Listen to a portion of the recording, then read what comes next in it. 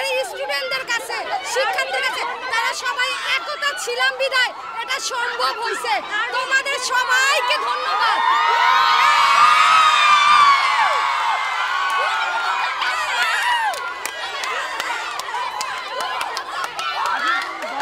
প্রিয় দর্শক, আপনারা দেখতে পাচ্ছিলেন যে আজিমপুর গার্লস স্কুলের যে শিক্ষার্থীরা তারা কিন্তু দাবি মেনে নেওয়ায় তারা কিন্তু উচ্ছ্বাস প্রকাশ করছে। আপনারা জেনে থাকবেন যে বহিরাগত এনে শিক্ষার্থীদের উপর নির্যাতন ও মারধরের অভিযোগ শোনা যাচ্ছে। তো এরই পরিপ্রেক্ষিতে কিন্তু তারা প্রিন্সিপাল সহ বেশ কয়েকজন অভিযুক্ত শিক্ষকদের কিন্তু অবরুদ্ধ করে রেখেছিল এবং তাদের পদত্যাগের পর কিন্তু তারা এখন বিজয় মিছিল করছে, অর্থাৎ আনন্দ মিছিল করছে এবং তারা বলছেন যে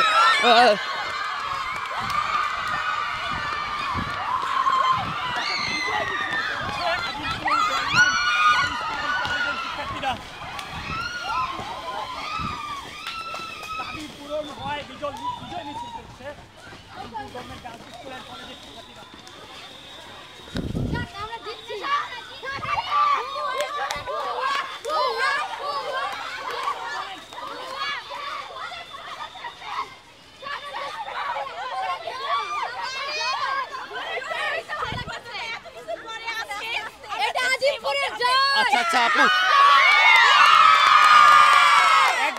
একজন বলেন আচ্ছা ঘটনাটা কি হয়েছিল আপু?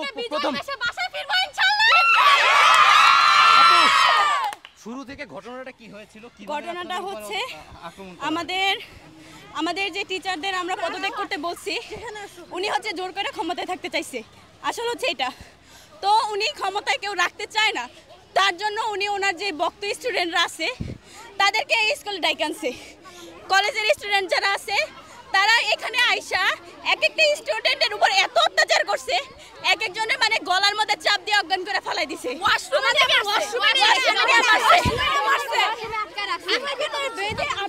গলায় চাপ দিয়া এক একজনের অজ্ঞান করে ওয়াশরুমে নিয়ে তালা দিয়ে রাখছে। তারপর একটা স্টুডেন্টের হাত তুলবে, স্টুডেন্টের দাবি করেছিলেন তিনজন সবাই পদত্যাগ করছে।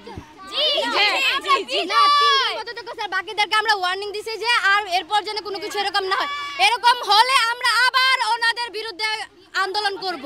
পদত্যাগ করছে প্রিন্সিপাল ম্যাডাম গৌতম চন্দ্র, শিক্ষকরা করেছে প্রিন্সিপাল শাহানাজ ম্যাম আর গৌতম হোসেন স্যার করেছে আর শাহানাজ ম্যাম করেছে। এখনো প্রিন্সিপাল ম্যাম আর গৌতম স্যারটা বাকি রয়েছে।